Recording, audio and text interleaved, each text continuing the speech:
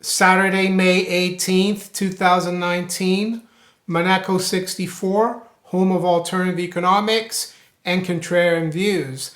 Today I want to talk about a couple of things. One of them is how banks operate in the lending funding market. One of the viewers asked me to elaborate on something I said in one of the videos, how banks play a very dangerous game by borrowing short term and lending long term. And by that I mean there's a mismatch in their assets and liabilities, a time mismatch. Because you'd think if you lend, if you're going to borrow money to lend money and you're going to lend that money for 2 years, you should borrow that money for 2 years on a of course, you try to make a little bit of a profit, but let's say you borrow 2-year paper for 2% and you lend it for 2 years to your client at 2.25%. So you make 0.25%. That's how it should operate. But banks, this system that we've got now, they usually borrow short term, even overnight, to lend for as long as they want. So I'm going to talk about that. I want to talk about the debt and how this system that we are under, we either inflate or die. And that's why they've been trying to keep interest rates low. That's why they've been lying about the rising cost of living, so they can justify low interest rates. So I'm going to start out with the how banks operate. So, and that was at the heart of the crisis of '08. One of the reasons why the crisis got so bad, it was because usually in the funding market, banks lend to each other. Most people think that banks lend on the back of the deposits that they have from depositors. But no, there's a huge funding market and they borrow all from each other. And that's what the LIBOR crisis was all about. The London Interbank Offered Rate.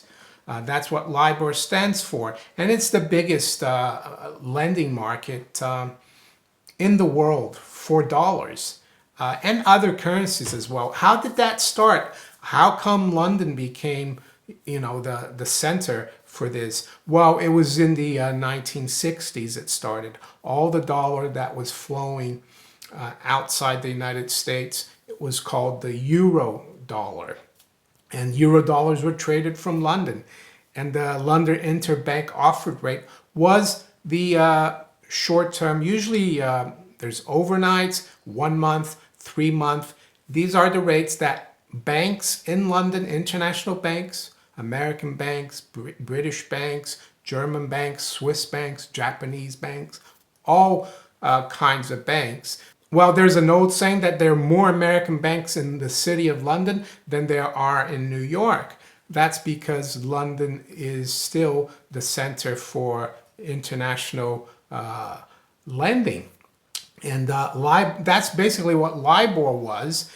And a lot of this lending to each other that banks do is based off that interest rate.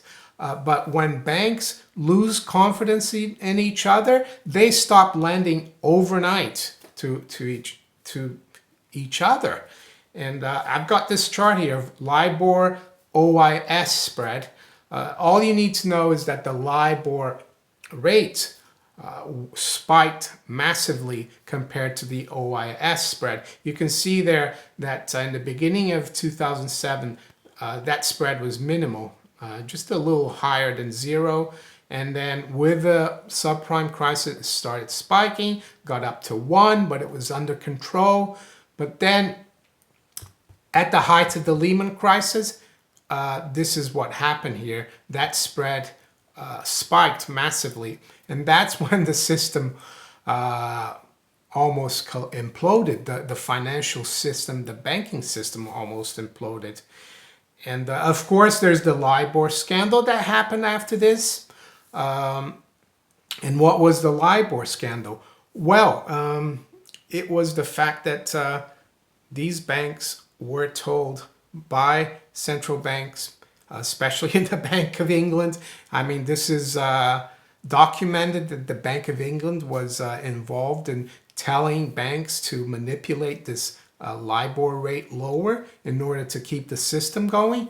So how is the LIBOR rate set every day? Well, it used to be set that people, banks used to call each other and say, "Where are you? 3-month LIBOR, 6-month LIBOR," and you had, and at a fixed time of the day, every day, the trader would call and say, "Oh, I'm at 4.5%," and they would make an average. But after this happened, the spike in lending, which basically after this happened, the spike in rate, the LIBOR rate, that was a signal that the whole banking system was under threat. None of the banks trusted each other anymore, and this is at the heart of this borrow short, lend long. If the banks can't borrow short term, overnight, 1 month or 3 month, the whole house of cards comes down. And that was the whole problem. Of course, afterwards, they managed to get the LIBOR OIS spread down, the LIBOR rate down, and that was only through manipulation. They were, the private commercial banks were told by the central banks to basically make it up to keep it going. So that's what happened. And I remember very well this period because I traded for my clients. I was a futures and options broker for financial institutions, for mutual funds. I used to have clients at the banks that traded this. And there is a future called the Euro-Dollar future, which is a 3-month Euro-Dollar future, which is based on the LIBOR rate. And we got very busy, suffice to say, with this crisis. But when the LIBOR spiked, that put the whole borrow, short-term, lend long-term game in jeopardy. And that's why it's so important. But that's why we need to keep an eye on this. The other thing I wanted to mention is that with the yield curve inverting like it is right now, that creates a problem for this strategy, this reckless strategy, I would say, of borrowing short and lending long. And that's why, they need a central bank, this system, as a lender of last resort. If people behaved responsibly, if bankers behaved responsibly and weren't greedy, so greedy to want to do this kind of operation, we wouldn't need central banks, and we shouldn't have central banks. Really, in a free market, capitalist economy, we should not have central banks, because that's like backstopping private companies through legislation, through governmental power, because that's what central banks do. They have the back of the taxpayer in the end of the day. And but now, as you can see here, a 1-month Treasury bill rate is at 2.4%, or just under it, 2.399, 2.4 for all intents and purposes. But the 10-year yield now is at 2.393. So the 1 month to 10 years inverted. So it's getting harder.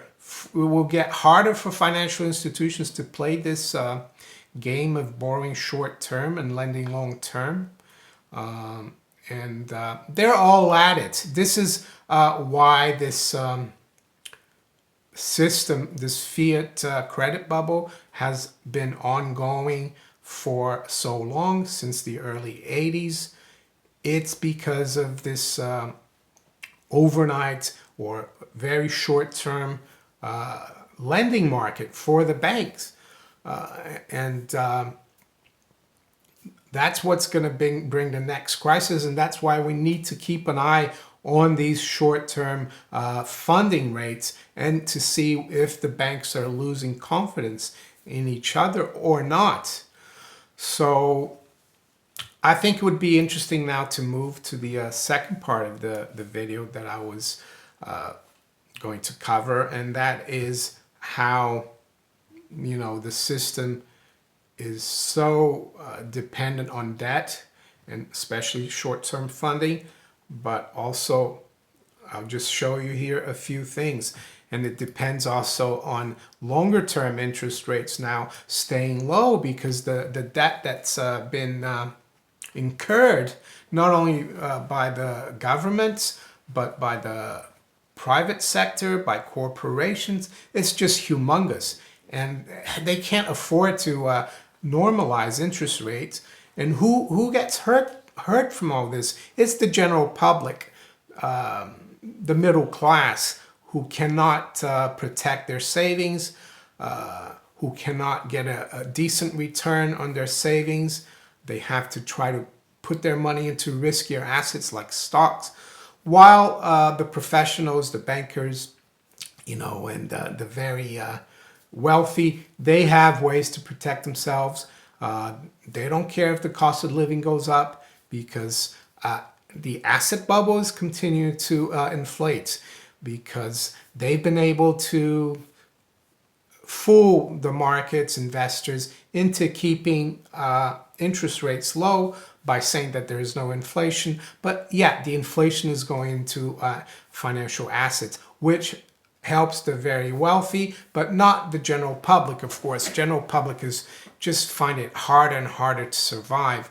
But I wanted to show you one of the reasons why they've been able to inflate the system, create so much debt, of course, is the short-term lending market, but also the fact that long-term interest rates, like the 10-year here, 10-year yield, has been dropping since the early 80s. It reached the top of almost 16% in 1981.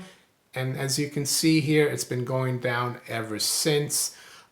This chart is not updated. This was recently when we broke above 3%.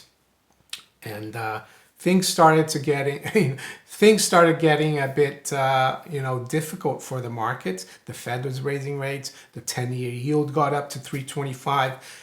And the stock market was imploding like last Christmas. So the Federal Reserve has backtracked completely. They're not going to raise rates anymore. They're going to stop unwinding their balance sheet.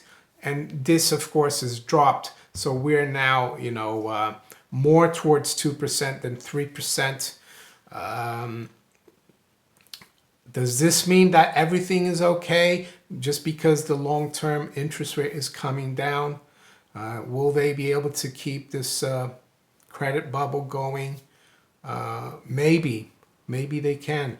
But I also think it's important to keep an eye on the short-term funding market that the banks, in London especially, use to operate.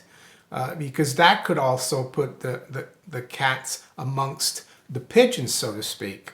So it's not just the long-term interest rate. But so now I want to show you a chart of the the Dow, because it's very similar to another chart I'm going to show you, which is the federal debt in the US. You can see here that, from the early 70s until really the mid 80s, the Dow wasn't really going anywhere. You can see the 87 crash there, which is kind of like a blip now. But yeah, notice how ever since then, when Greenspan came in and saved the day, and that in October 1987, the market has just gone basically, has been going one way. Yeah, we've had crisis, and they've thrown more and more money into the system. But to me, ever since 2009, when they threw the whole kitchen sink into it, look at where we're now. I mean, this is just crazy. But now look at the debt. This is it's not up to date, but it hasn't really changed under Trump. We're now at I think 22 trillion So it doesn't really matter, as you can see there, what party is in power. So this is not of left and right. It doesn't really matter. But you can see as well that the federal debt was kind of under control until the early 70s. So it's all got to do with lifting of the gold anchor in August of 1971, the discipline that gold put on the monetary system was taken away. Granted, it wasn't smooth sailing in the beginning from 1971 to 1981, but this wouldn't have been able to happen if we were under a gold standard. All this debt that's been incurred by the federal government, but not only by federal government, but also private individuals, by corporations. It's crazy, and I think who knows? They might be able to keep this going for a bit longer. Look at Japan. I mean, I think they've got the government has got 200% of GDP in debt. Italy's got 130%. But something will give eventually. So that's why it's so important for them to keep this deception that there's no inflation, because they're actually inflating. What they're doing is inflating the currency. Don't forget as well that in the fiat currency system, the flip side of the currency is the national debt, because if you don't, because that's what the currency is backed by. So if the national debt is paid off, there will be very little Federal Reserve notes left, because people, that's why, when people go on about, oh, we need to pay the national debt completely. Well, unless we go back to a gold standard, if we pay off all the national debt in the US or in the UK, there won't be any money around, fiat currency around. And that's what people forget. And am I saying that we shouldn't pay off the national debt?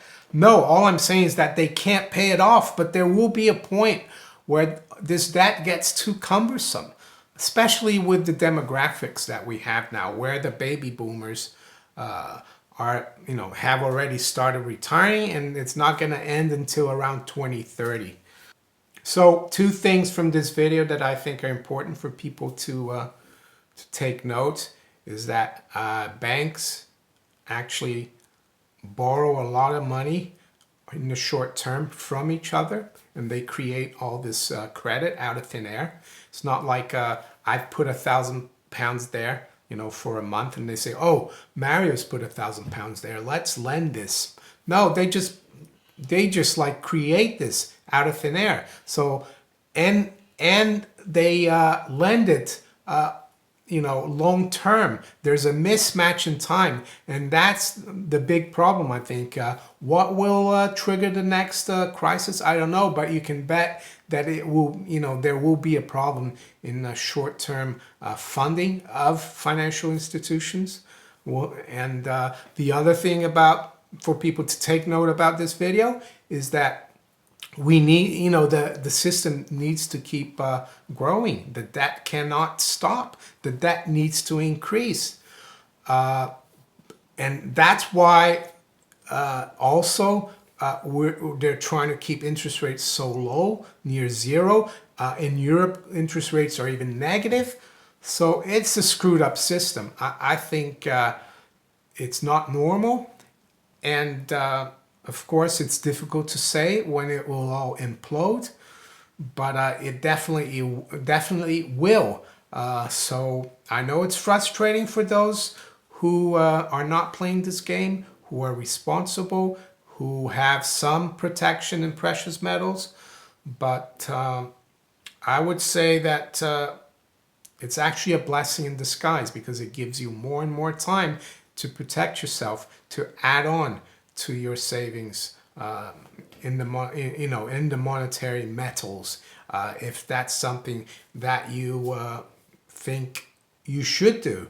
What about being long financial assets? Yeah, I mean, that's the only game in town right now. But having some precious metals is a good insurance against an implosion of the system, and also a hyperinflation of the system, which is the total loss of confidence in the currency, which means that the Dow could go to 1,000,000, but $1 million will not be worth much if that happens. It's what happened in Weimar, Germany in 1923.